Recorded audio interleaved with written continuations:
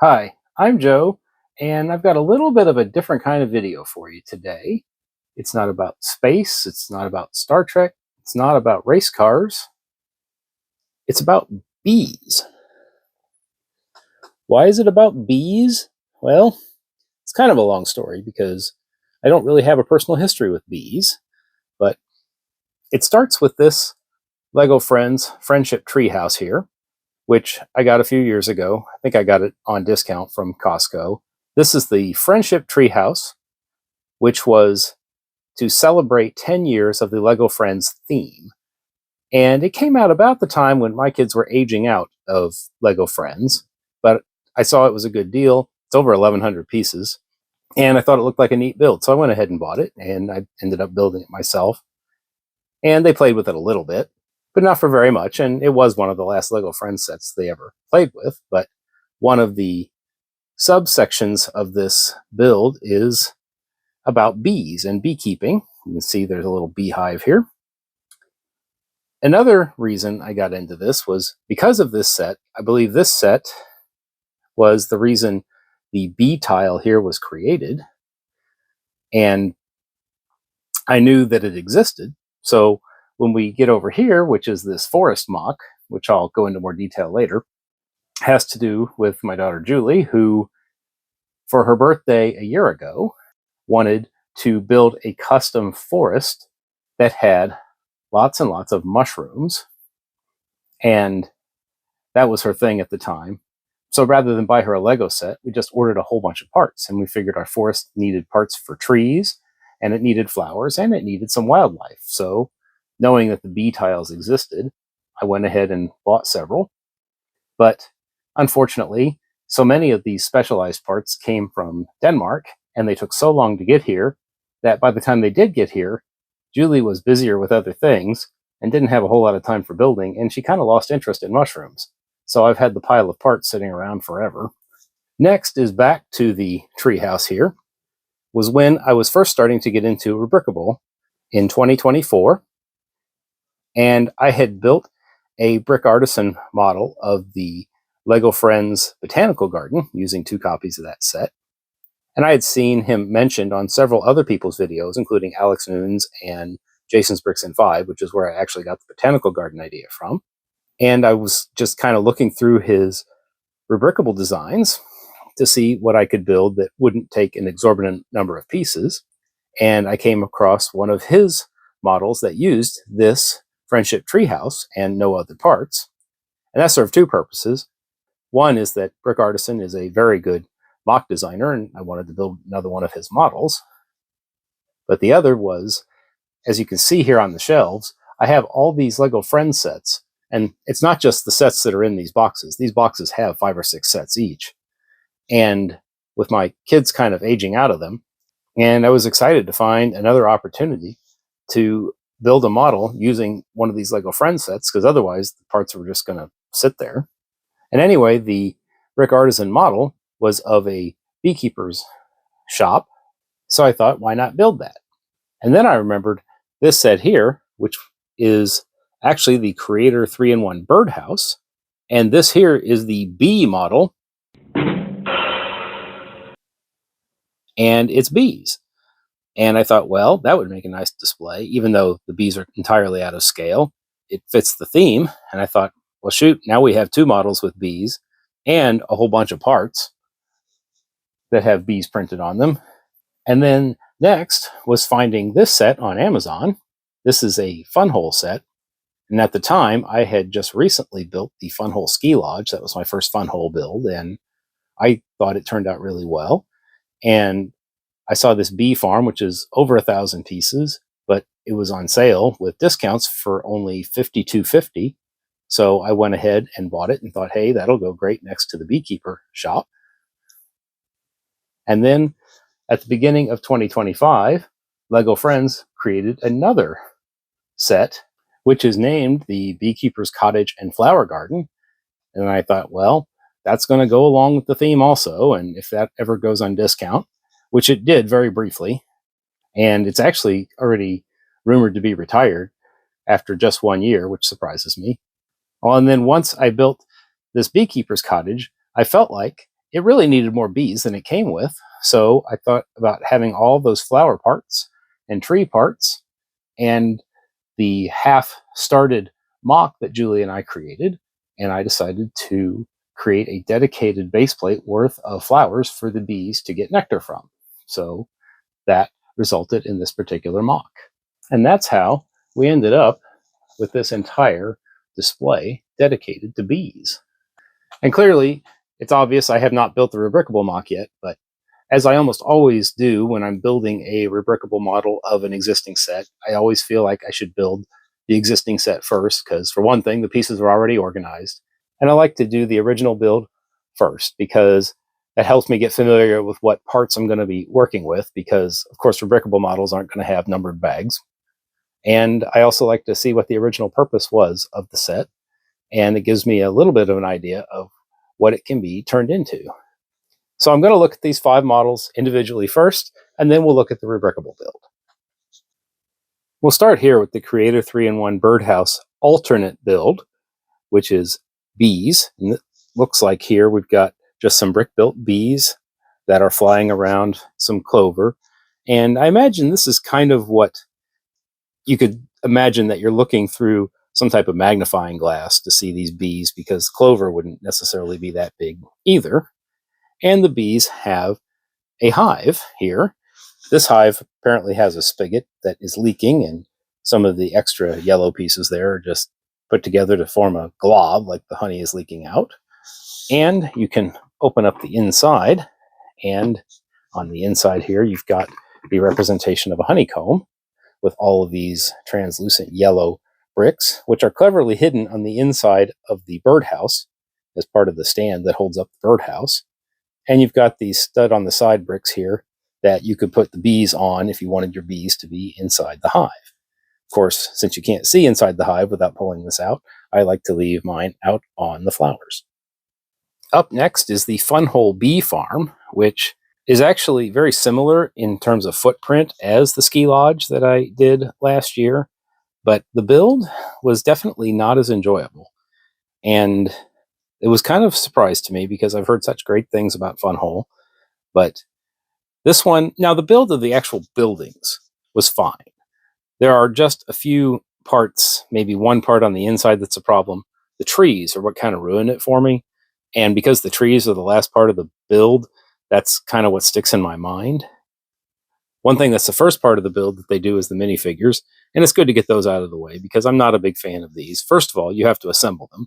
And with my fingers on these little tiny arms and trying to figure out which arm goes where and which hand goes where, the hands aren't attached either, I sometimes struggle. But we have this guy here who has a bee on his shirt and apparently is not getting along with the bees, which is sad on a bee farm, because of course if a honeybee stings you, it dies. So this guy probably needs to be kept away from the bee farm. And this lady here, who is very angrily taking care of the bees, I guess.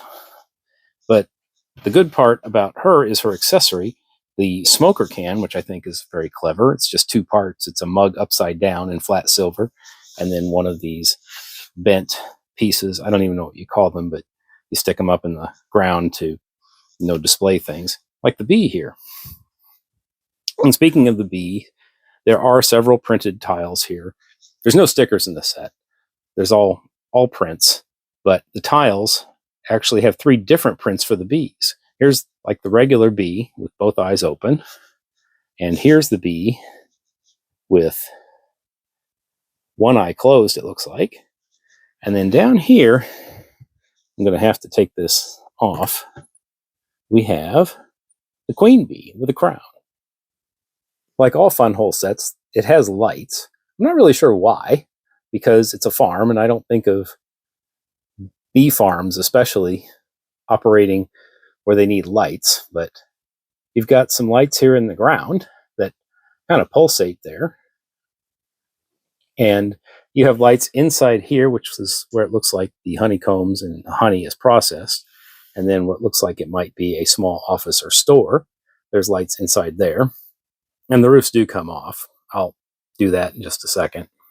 The set did come with a battery box, and like all FunWhole sets, has the special bricks, or in this case, building techniques, to leave gaps so that the wires can flow through. However, I just have this plugged in with the USB, which it also comes with the USB connector, and I just have the battery brick plugged into it. The trees, while I'm back here, the problem with the trees is the connections are just weak. And these trees are made with these longer branch pieces, but the ends are supposed to stick through the hole in the center of the little green branch pieces, and they just don't stay. It's so easy to knock them off, and I was constantly putting the trees back together. And if there's been one weakness I've found with the FunWhole sets that I've done, two of them like this anyway, it's at connections where something like a connector has to be inserted into something like a hole, like in a branch. It just doesn't connect very strong. But the trees here, they can be switched. You've got two trees that can be switched. This one here is just stuck in place, but it's also easy to knock off because it leans out over the footprint of the base. In fact, all of them do. But here, this tree, which is much larger and has a beehive in it, I kind of like that to be more visible, and I don't want to hide it behind the whole model. But they are easy to move because they're just sliding in to place here, but they don't slide easily. I don't know if I'll be able to do this one-handed. Okay, there we got it. So I could switch them if I wanted, and I don't, but I'm going to take them out anyway because you need to be able to take the roof off. Let's see if I can get that stood back up. There we go. So to look inside, this roof is just held on by gravity. And we see on the inside here, we've got, it looks like a store where we've got some honey on the shelves, or maybe it's just storage. And we've got a chair in here. And this is one of my complaints about the inside, is it's just too easy to knock things over while you're trying to reach in here. And there is a light on the inside that also was very finicky. That's another piece that had to be stuck into a snot brick in the side of the wall. But I don't know if you can tell, but it's not all the way in, because if you put it all the way in, then the little fez piece here at the top bumps up against the top of the roof, and the roof won't stay on, or the roof will actually just knock it off, and that is aggravating.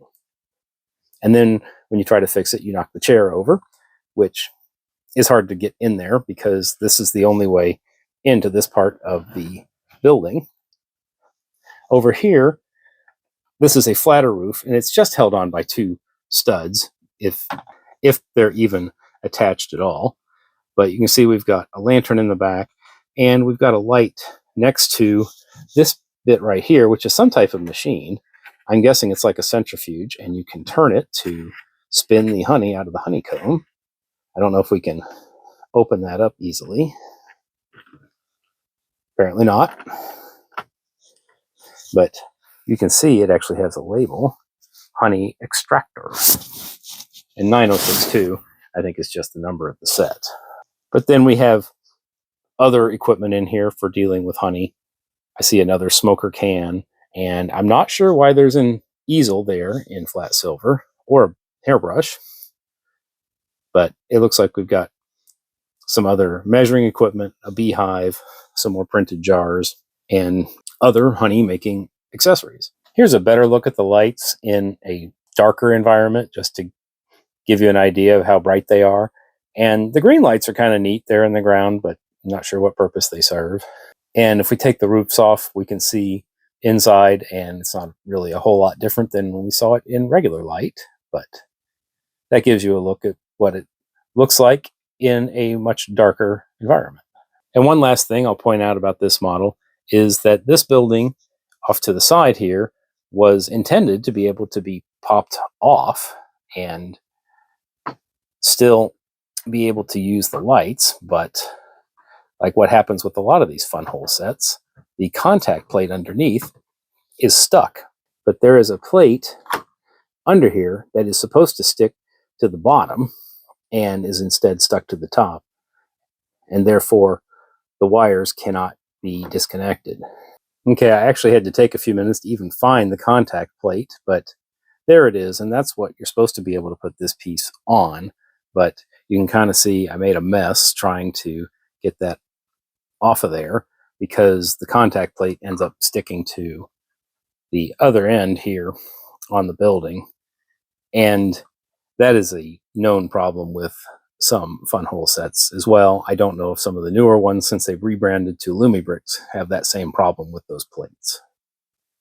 And finally, since I didn't actually go into any detail about the front part where it has all the flowers and the beehives, there are two different styles of hives where you've got these here that are just window pieces built sideways. And then you have these here, which can have the lids taken off. And then you can see inside there are some printed pieces that you build up that are hard to see, but they are supposed to represent honeycombs. I think there were two different styles of print depending on which ones we were building. Here's the second style. It doesn't have honey dripping on it. One more thing on the bee farm is it came with a bear, and I just chose not to display it because I didn't want it to be like the bee farm of terror. I just wanted to have it very peaceful, but it comes with it. You have to assemble the parts yourself, and at first I had a hard time getting the back legs to have friction in them, so he would keep flopping up and down, but I just had to press them together a little bit tighter, and he works fine. His front legs don't move. His head does move up and down, but the front legs don't move, and only one of them can actually be attached to studs. The other one here has the open square, but that's not stud compatible. Moving on to the Lego Friendship Treehouse, we start off with a ton of side builds. We've got just this little hutch here for a rabbit with a carrot. We've got a workbench here where it looks like one of the characters could be using it to build a birdhouse, because birdhouses are also a sub-theme in this set. You can see some up here on the right side. And the pictures even show one of the figures here holding a hammer as though he is working on building a birdhouse.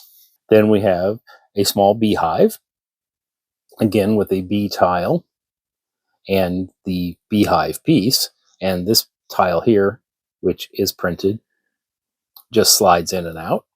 There's a little station here, it looks like, for weighing honey and possibly selling it.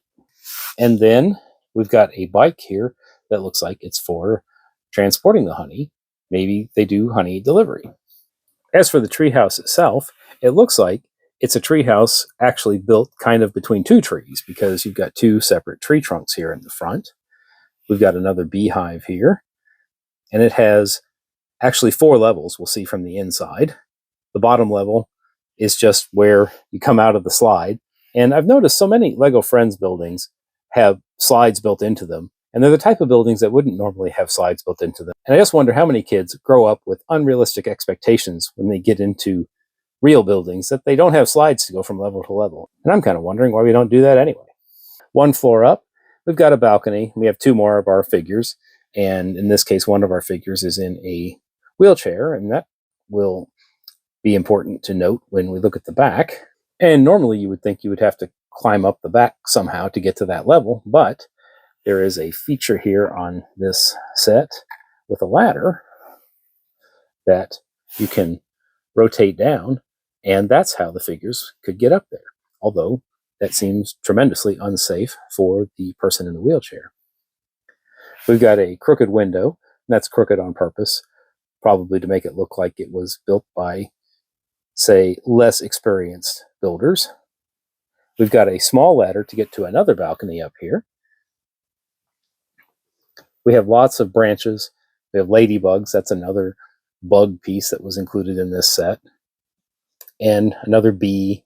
We've got a swing that is made definitely for the mini dolls because it doesn't have studs on the bottom, and it has the piece here that their feet can use to grab on and stay in the swing. Then the rest of the outside here is just more windows and boards that are crooked. We've got lots of birdhouses, and this birdhouse here with the bluebird on it actually holds a little secret that if you open it, there's a QR code. Unfortunately, nothing exciting happens when you scan the QR code. It just takes you to the product page for this set. I don't know if when this set was more widely available, if it did something else, but when I just tried it, that's all it did, is it went to the lego.com page for this set, which of course just shows that it's retired. Then we have other birdhouses, very simple but effective, using just Technic bricks. And we even have a bird's nest up here. The top of the roof has more leaves and branches on it. Then finally on the top here, we've got a place for a figure to look out a telescope. This is Olivia, who in the Lego Friends stories was very much a scientist and eventually had her own space academy. But in this particular set, she's actually the beekeeper. And even though I've got her displayed here with just regular hair, it did come with a beekeeper helmet. And this set has its own windmill for generating, I guess, whatever electricity it needs. I'm not sure, but the windmill does turn, but it's tied to a different function that we'll see in the back. In the back, we actually have a working elevator, and that is what's tied to the windmill. And when you turn the crank to raise or lower the elevator, the windmill turns. And I can bring the elevator all the way down to the bottom, although it's sticking there. Not a very safe elevator. And it kind of has ramps that don't work very well. Let me see if I've got that all the way down. Yep, that's as far as it goes. And we could have our wheelchair person. And really, this is just supposed to be a representation. There's no realistic way that a wheelchair could get up that steep of a slope, but you close the ramp here, and then you turn the crank to raise him. And then you lower the other end, and he can wheel out. But so that's the elevator function. Looking more on the inside, we have the always necessary bathroom here in the bottom floor. One floor up, it looks like we've got a kitchen, or at least some place to have a cake. And maybe that's an oven, I'm not sure, and a radio. Then we have a place to lay down or sit with some various rugs and cushions, and a computer, which is what every modern treehouse needs, with a small ladder to get up to the top part, because you could get the elevator up to this floor, but you could take the ladder where there are a couple of places to sleep. There's a table here with a cell phone, and there's that same bird we saw earlier. Next, we have the Beekeeper's House and Flower Garden, which is a Lego Friends set designed by Wes Talbot. And the reason that surprised me is, if you're not familiar with Lego designers, and I wasn't until a couple of years ago, Wes Talbot was a name I first heard of from some of the larger, more adult-themed sets that I was interested in, and some of which I've bought, like the Medieval Blacksmith and the Modular Bookshop and Rivendell, and I was really impressed with those sets. And I've seen his Instagram feed where he does some of his own custom mocks, and he does incredible mythical creatures. So it was a surprise to see he was a designer of a Lego Friends set for kids, but looking through Brickset, it turns out he was one of the main designers of the Lego Elves theme, which was one of my favorite themes because it's what got my girls into Lego. And then just looking through the list of sets he had designed, we own probably at least half of them. So I had high hopes going into building this set, and just to give an early indication, I was not disappointed. But the set is essentially built in 3 modules. You've got kind of a garden here on the left, the house in the middle, and then the bees here on the right. And we'll go ahead and look at those in order. Here on the left, we've got kind of a vegetable garden. It looks like we've got carrots planted. We've got what I think would be cabbages, and I think that's a clever build for a cabbage or a lettuce. And we've got a bee here, which should not be surprising at a beekeeper's house. And we have some other plants here that maybe they're grapevines, even though that looks like the cherry element. Here in the middle, we've got Pretty nice looking picnic table. I think this is a very nice picnic table design, and it's really not that complicated. It's pretty standard pieces.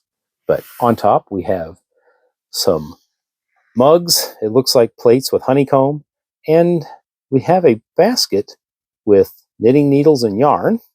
Not sure that you want to have yarn around honey, but the house itself from the outside, we've got a stickered piece there that shows the bee with a bit of honeycomb there, so I'm guessing that's to represent that this is a beekeeper's house. And we got some nice flowers and a nice design here on the roof to have that rounded dormer window. And then here on the right side, we've got where most of the beekeeping is happening. We've got the other figure here with the beekeeping helmet, which is the helmet that the other treehouse set would have had. But we've got a different kind of hive here on the side of a tree. We've got more regular looking hives here that also open up, and let's see if we can see inside easily. Let me try the bigger one here. And yeah, it's got a whole bunch of tiles in there, and those are honeycombs. And actually, we can take the whole thing out, and I can show you that they're all pretty much the same tile that we had in the other treehouse set. We've got a little bit more elaborate of a birdhouse here than we had on the treehouse, and I think that's a pretty cool build. And the nice use of the boomerang piece to show the front of a roof. And then this little section here, which is like raised flower beds. And this is a technique that I thought was very familiar to another one of West Talbot's sets, the modular bookshop, which for the archway over the door to the bookshop uses a series of these rounded pieces here. In this case, it's 1x3. In the bookshop, it was 1x2, but just kind of connects them like chain links and is able to bend them in whatever shape he needs. And that's how he was able to create this six-sided shape. And I also remember there were a lot of six-sided shapes in the Rivendell set. Now, Rivendell had lots of people work on it, so I don't know if that particular aspect was one of West Talbot's contributions, but that is what this design of raised flower bed reminded me of. The trees are pretty simple and really pretty bare. You've just got some pink leaves. You've got this purple 3-leaf piece, which is something I've not seen before. And then you've got this other kind of tree that has some of these new tulip pieces. These, I think, were introduced with the Botanical Garden, the Lego Ideas Botanical Garden. And you've got these large leaves. I'm not sure when those were introduced. But this also kind of made me wonder, was I just imagining how hard it was to make those connections on the FunWhole set with the tree? And it turns out I had no problem with this Lego brand set getting all these branches onto these brown pieces here, getting them to stay on. One more little clever build here in the Beekeeper house is this water pump, which I think is super cool because these pieces here are actually just upside down, and the piece here that is supposed to be the pump is just a crowbar, and the crowbar actually has clutch power on the top of this modified 1x1 here that I didn't realize it had. So that was another super cool building technique, and you can see that it's made to empty out into a barrel that has little tiles for water. The back of the house is open, and that is because it's a playset. And it looks like the lower floor here is for selling honey. We've got this piece here, which I have no idea what that's supposed to mean. Maybe they're really doing some high-tech tracking of each cell in the honeycomb. And it looks like there are flower seeds, maybe, that they sell. And here on the other wall, more pieces with stickers. Looks like it might be some family pictures here. And then we have the upper floor, which has a double bed. And we've got a typewriter up here. That's another set that West Talbot designed, so that might be just an Easter egg. He designed the Lego Ideas typewriter, or at least was one of the designers. And then on this side, you've got the 1x1 tile alarm clock, and it looks like you've got a shamrock, and then possibly a small bookshelf. Then one last thing about the Beekeeper's house and flower garden I want to point out is a clever design for the sidewalk here, using these shield tiles and triangle pieces to create something just a little more imaginative than just squares or circles. And again, this is a pattern that looks familiar to me from the Rivendell set. But I felt like for a beekeeper that there needed to be more flowers for the bees, so that's where this final mock came in. And this is where I finally built something out of all the tree parts I've been hoarding ever since Julie said she wanted to build a giant mushroom forest. And I kind of left a tribute to her in the back here, but I had all these parts. I've been wanting to build mocks with it, and we had this idea of we'd build 3 or 4 base plates worth of forest, and she'd have her entire enchanted mushroom forest. We do have the Bricklink Designer Program mushroom house we thought was going to go with it, and the collectible minifigure there with the mushroom girl came out at the perfect time at the beginning of 2024, and we got that for Julie, and I picked up the acorn boy for her from Bricklink, and we thought we were just going to build this magical mushroom kingdom, and we never got around to it, and we've just had these partially built trees sitting around my room here, and I did use some of those. I also had some other specialty parts that I wanted to put to use, but the main purpose of this base plate build here was to give more flowers for the bees to get nectar from. And I have all the extra bee tiles I could find put on these flowers. We had tons of these flowers. Some I ordered on Pick-a-Brick online. Some I just grabbed off the Pick-a-Brick wall. The Pick-a-Brick wall is very hit or miss, but when I saw flowers and branch pieces and some leaves, I grabbed as many as I could. So I decided to kind of make this like a nature preserve, but also with a little path in here. And we have some stray Lego Friends figures here that the girls used to have these little pods or other polybag type sets. So we actually have quite a few of these stray mini dolls hanging around. But the main goal here was to create just flowers everywhere, wildflowers, and be able to attach bees. The unfortunate thing with these flower pieces here, the ones that have the little hole in the middle, is there's no way to attach a stud. So every so often I would find a different kind of flower piece so that I could attach that 1x1 tile. And we also had some butterflies, and I think there's a rabbit here and a ladybug, because I was picking up any kind of animal piece I could find. Over here, this was one of our early tree designs that I kept together, and I just converted it into an apple tree. And you see I've got one of the Friends characters here going for an apple. And this was one of the more interesting tree designs we came up with, because we used some pieces like here. Let me see if I can zoom in. I don't know if you can see, but that is a round piece that has like the rod sticking out of it. And then I've got that other piece put in upside down that is like the angled piece for displaying bugs, except I've got it upside down and I've got a branch off to the side, or at least it's down at an angle. And I feel like that at least gives the tree something that's a little bit more, I don't know, varied of a look.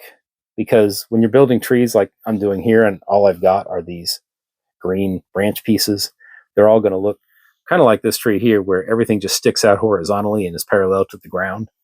But I felt like that kind of made the tree a little bit messy, but natural. But we've also got some butterflies in here and some blossoms, because amongst my spare parts, I just didn't have that many apples. There's a green one here too, but we didn't have that many. But our girls are here just out for a walk on the path, which I created just out of 1x1 gray and dark gray tiles. But as we get farther back, they become silver gray or pearl gray and pearl gold. And we see the magical kingdom of the mushroom girl, who is there amongst her mushrooms. And these are the mushroom parts that we had gotten to build Julie's mushroom kingdom. And I went ahead and just decided to put that little tribute there in the corner and put them under the darkest tree, because I figured that's the most likely place you would find mushrooms. And this was a tree that I think Julie had built, and I just added on to it to give it just a wider space. That's one thing I'm learning when you build trees in a mock, is it's easy to get the branches hitting each other. So you can't put the trees as close together as you might like, unless you're really good at planning and you can have them kind of going in between layers.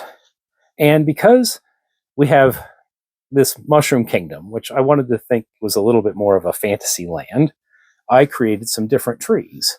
And I created this tree here using just the really pale green branches and the salmon colored leaves, which were leaves that I got at the picker brick wall when I was getting parts for my fish tank. When I got these large window pieces, those leaves fit nicely, 2 or 3 in between each pair of pieces. And since I was buying by the box, they were like free parts. So I just grabbed as many as I could, and I actually have every single one of them on this tree. And another piece I grabbed a handful of were the flame pieces, which Julie was actually with me when I bought those parts, and she was like, "Are you trying to build a forest that's on fire?" And I thought, no, I think if we build with the flames pointing down instead of up, it might look like some type of mystical fruit or some other magic thing. And because the flames are small, a handful goes a long way, and I put them in upside down all throughout this particular tree, just trying to give it a little different, otherworldly look. And the other tree that I built is this one here, which is with the turquoise leaves. I really just like the color turquoise. I had no idea what I was going to do with it, but I thought that definitely looks like something out of a fantasy realm. And I put these yellow egg pieces in here, and some of these like popcorn or bubble pieces also. And the base of the tree here is kind of a pearl gold color. It's hard to see from this angle. Let me turn it around here. That's another thing I got to look out for with building a mock on a base plate like this, is the tree sticks out pretty far from the edge of the plate. In fact, I think I calculated that green tree sticks out 11 studs from the edge of the base plate. But here we've got just slightly different kind of tree trunk. We even have a golden frog underneath. We have lots of these mushrooms here, and just lots of butterflies and apples and all kinds of other things you might find in a nature preserve, including one bit that I wasn't expecting to build, but I'm kind of proudest of, is this little pond here, because I had a bunch of these extra 1x1 translucent blue bricks, and I also had a bunch of translucent clear headlight bricks, and combining the two, I figured out a way to turn those translucent bricks sideways, with occasionally mixing in a trans clear headlight brick to put animals in the middle of a pond. And this was something I was just fiddling with before I started the rest of the build, because really I was just procrastinating, which is, you know, how you end up with a box of tree parts for 1.5 years without building anything. And once I got that built and I realized I could place it in the base plate and just kind of work the rest of the design around it. You know, I've got the little path kind of going by, and you've got lots of plants growing around the pond. And what's not really obvious from this angle is the pond is, of course, not level with the ground.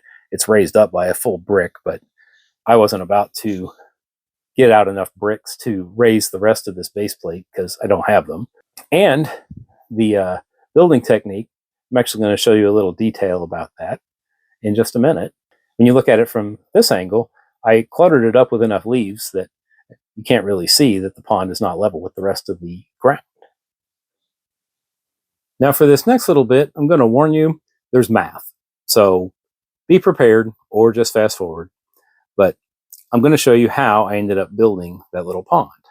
The trick is figuring out how many bricks I can put in between each headlight brick and have the headlight brick actually stick to the base plate naturally. And that involves the math of figuring out how much space is between each brick, because each headlight brick covers 1 stud, and 1 stud, as I've mentioned in a previous video, is 2.5 plates. A full brick is 3 plates high, but a headlight brick is only 2 plates high from the side here, with this little lip only being half a plate. So with this one single translucent blue brick, half a plate of it is covered up by the first headlight brick, leaving 2.5 plates in between, which is 1 stud. So this assembly here should fit exactly in a 1x3 space. And it does. Now, the trick to figuring out what other proportions you can do is to make sure that the number of bricks converts to a multiple of 2.5, and that is the number of bricks between the back of this headlight brick and the front of this headlight brick minus a half plate. So here I've got 6 bricks, which is 18 plates minus a half, which is 17.5. So this should fit in a 1x7 footprint, or at least there should be 7 studs in between the 2 headlight bricks. And that ended up being the size I used most often. Now, if I had trans blue plates, I could do other combinations. Like here, I've got a stack of 4 bricks, which is 12 plates, plus a 1x1 plate, bringing that to a total of 13 plates, minus the half plate, brings us 12.5. 12.5 divides evenly by 2.5 and leaves 5. So I should be able to fit that in a 1x7 footprint with 5 studs in between. And there we go. Here's a smaller one. This one has 2 bricks and 2 plates, meaning 8 plates, minus a half plate, meaning 7.5 plates, or 3 studs in between. So this should fit in a 1x5 footprint. And you might start to see a pattern here that if these are going to fit, they're going to fit into an odd number of studs. In fact, so far we've got 3, 5, 9, and 7. Then finally, we've got a bigger one here. This is 1, 2, 3, 4, 5, 6, 7 bricks and 2 plates. So that is 23 plates minus a half plate, leaves us 22.5 plates, or 9 studs in between the 2 headlight bricks. So this should fit in a 1x11.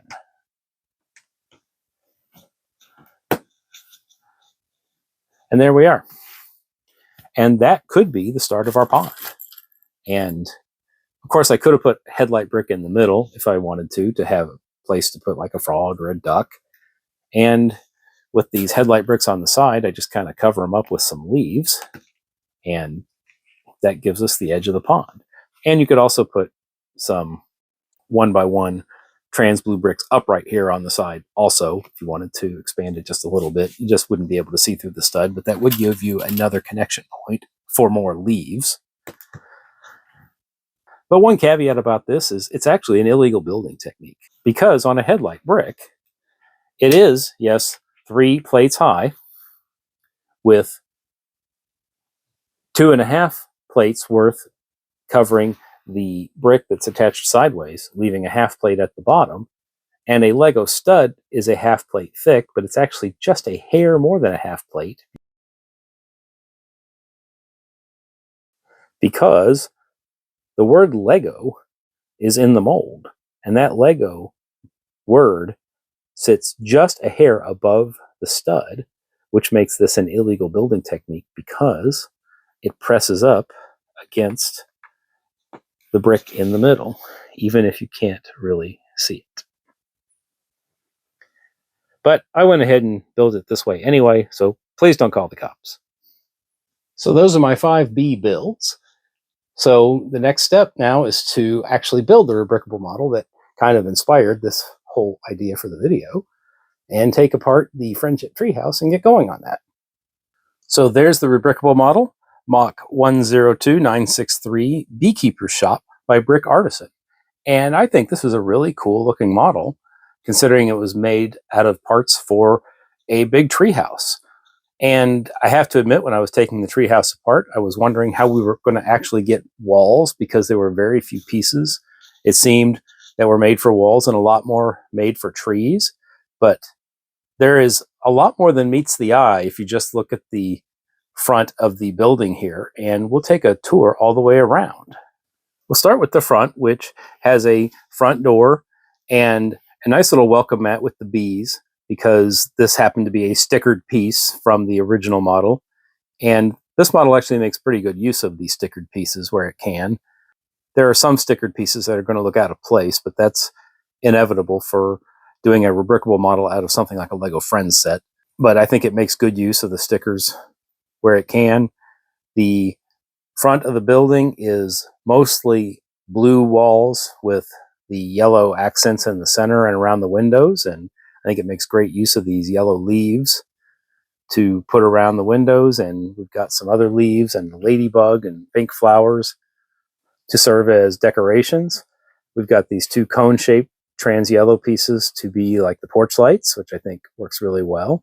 And because it is a beekeeper's home and it was based on a treehouse, we've got tree branches coming out everywhere. And I don't think the instructions called for the butterfly and the bee here, but I had the extra pieces, so I'm going to just put them there. And we also have the white bird. We go around to the side here. We get these side builds out of the way. I'll show you those at the end. We have, looks like a nice little balcony here, and not a whole lot going on here on the other wall. Looks like right here we're just making use of the white pieces we had left to fill in the wall space.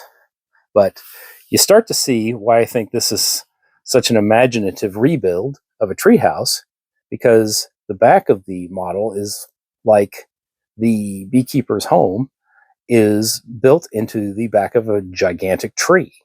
And when you look at it from this angle, I think you definitely see Treehouse. We have the telescope here on the balcony, which is very similar to the original model. And we've got a beehive here and a couple of small builds to look like birdhouses, including one with an actual bird. And again, making nice use of the leaf and branch pieces here. Moving around to the other side, there's not a whole lot here to see.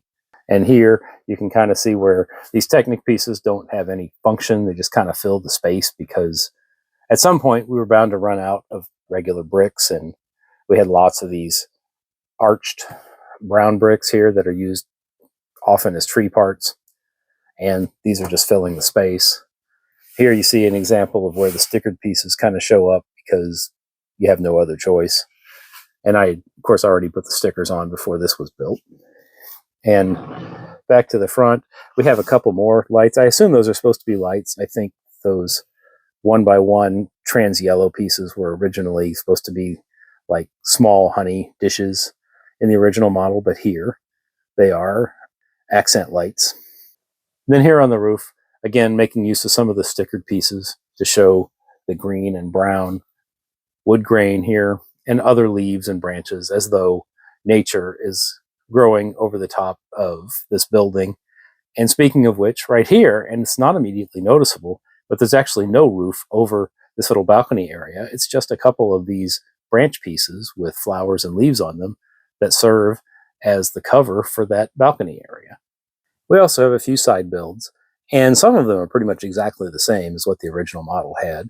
Here's the bicycle with the basket in front, or the big crate in front.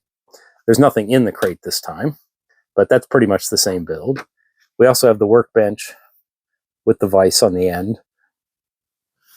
Here, I think this is just making use of these black bracket pieces to serve just kind of as a bench if you wanted to have a bench outside the beekeeper's house. And then just some of these extra pieces here were used to make it look like 4 seats and a small table. Although 2 of the seats have studs on them, which would be great for sitting minifigures, but of course the original set didn't come with those kinds of figures. But again, there is more to this than what you see here at the front, because there is an interior and it is built in a modular style. So we should be able to pop off the top pretty easily, and we can pop off the second floor. And we'll take a look inside.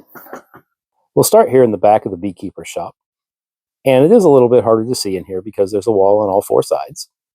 But in the back, it looks like the various food items that are available, with the centerpiece being honey, represented by 1x1 round bricks with the bee tile on top. And in this case, I think the bee tile is to represent a lid to the honey and not an actual bee.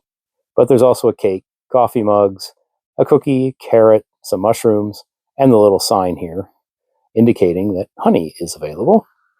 And we move around to the side, and that could be considered a cash register or possibly a scale. Maybe you're buying honey by the pound, I'm not sure. And then here in the middle, again making use of a stickered tile just for floor decoration. We move to the other side here, and honestly, I am not sure what any of this stuff is. I think, again, it's just like a bookshelf or maybe some other products, but I know that a couple of these tiles here, like the yellow one and the red one at the bottom, those are supposed to be seat cushions, so I think it's just a matter of use your imagination here. At the front, we see there's a beehive and another one of the bee tiles, and we see the honeycomb tile has made its way down here. It's kind of hard to see because of the light, and I would hope that they're not keeping bees indoors, but who knows? I don't know much about beekeeping. And off to the side here is a ladder, which is how this model has shown how to get to the upstairs. And then finally, the front door here, which has a couple of Technic bricks on top, but that's more because it's being used to hold the decorative leaves in place. And another one of these stickered pieces, that's inevitable. I think that's supposed to be a sticker with jars of paint, but who knows, maybe this particular beekeeper needs to keep some paint up there. Now we're on the upstairs part, which would be the living space, I believe, for the beekeeper, where they've got a pizza and a seat cushion and what looks like it might be a stove or fridge or some type of kitchen with maybe a little faucet there on the right and their coffee mug. Definitely not much living space here, but this is Lego World, and I think every shopkeeper lives upstairs from their business. We turn it around, we see the computer from the original model. We also see the stereo here in the back and the guitar hanging up, and the bed is actually elevated, probably because the opening to get upstairs from downstairs is underneath, and we have railings to make sure that the beekeeper doesn't fall out, but also you could, I would assume, turn those 90 degrees and you have the ladder for how to get up into the bed.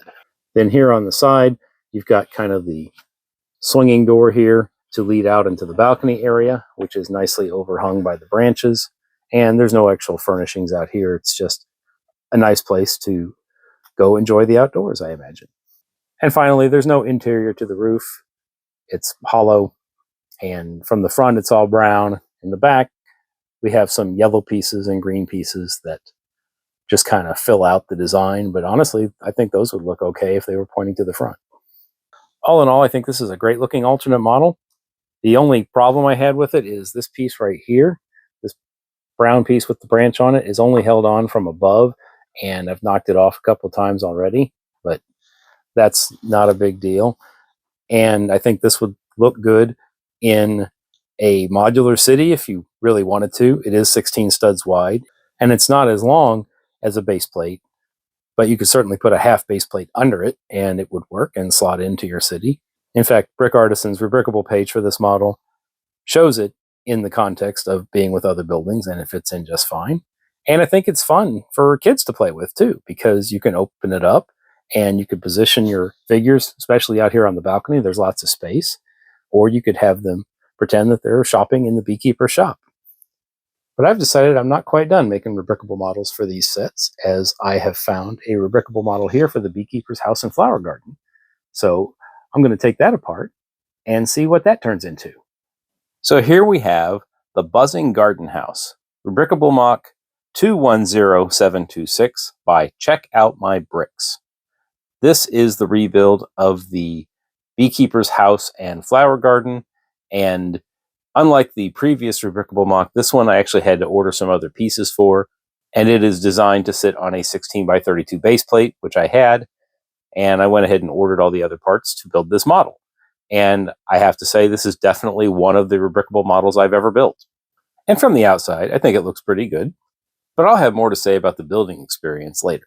As you can probably tell, a lot of the elements of the original model are preserved, In this case, I think they're kind of combined. We've got the beehive here with the tree and some of the little flowers and other greenery.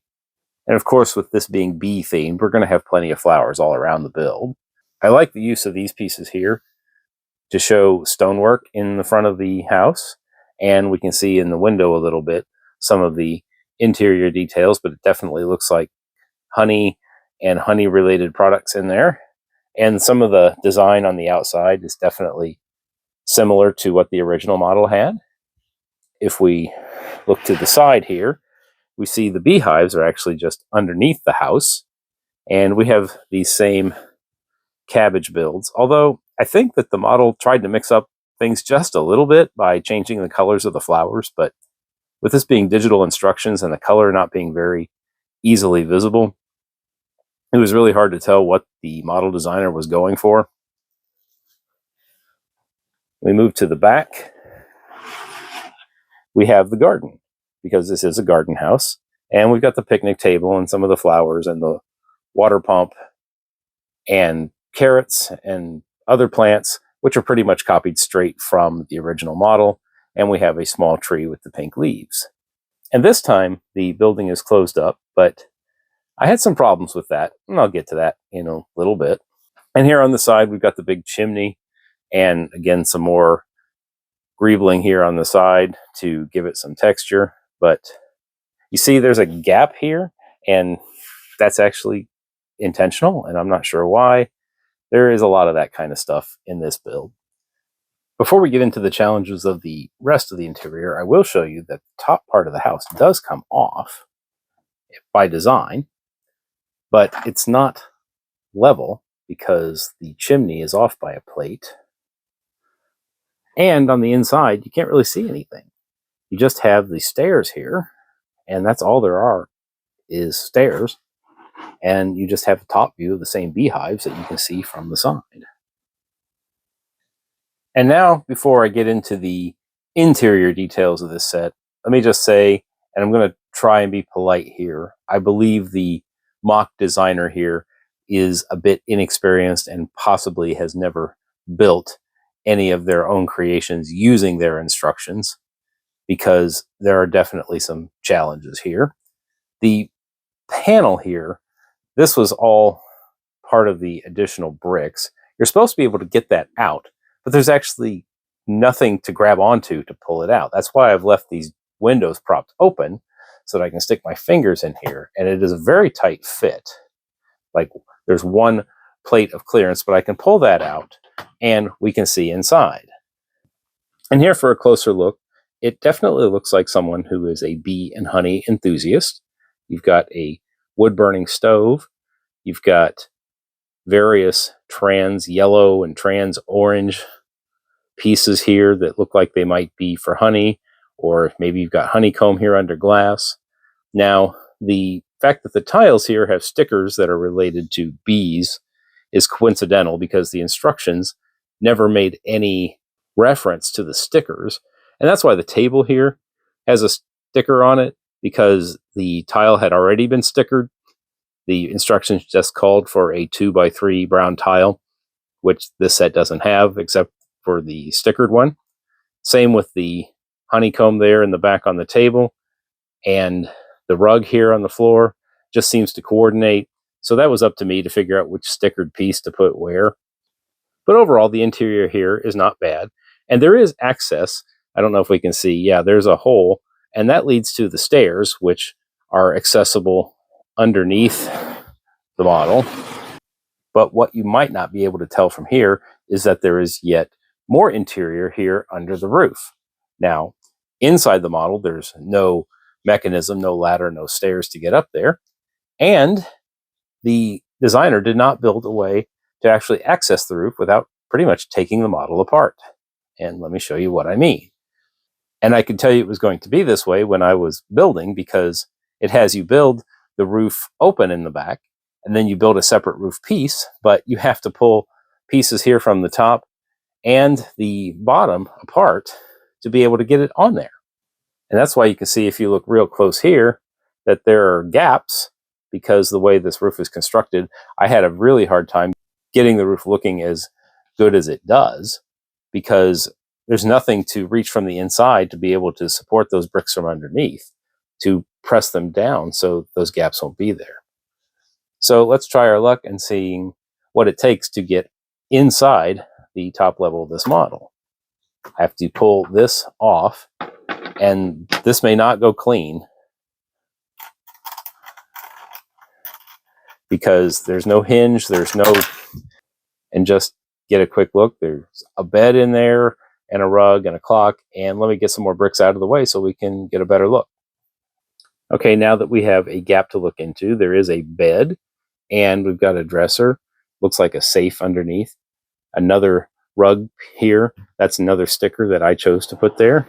And here off to the side, it looks like we've got another plant and a clock and the tiny bookshelf that was in the bedroom of the original model. So I've got the roof back together as best I could. I lost a piece in the middle. It fell in when I was trying to push them in, and these aren't all together, but I don't think I'm going to keep this model in this form. But besides some of the design issues, the instruction issues started early. When I was ordering the extra parts I needed, I just copied the list over into Bricklink and made some orders, and found out after I had placed an order that it calls for a part that doesn't exist. So that's actually two problems. One, the designer called for a 1x4 lavender plate. That piece has been made in 1x2 and 1x6, but not 1x4. Then the other problem being that a Bricklink seller actually had it in their inventory. And of course, they eventually messaged me that they did not have it. So I had to dig through some of our spare parts to come up with a solution there.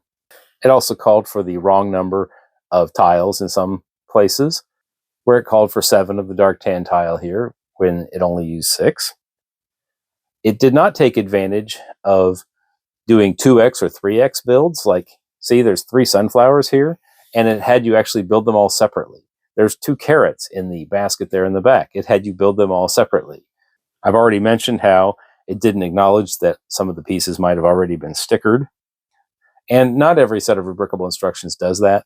But with other designers, there has usually been something to indicate which stickered piece goes in which place.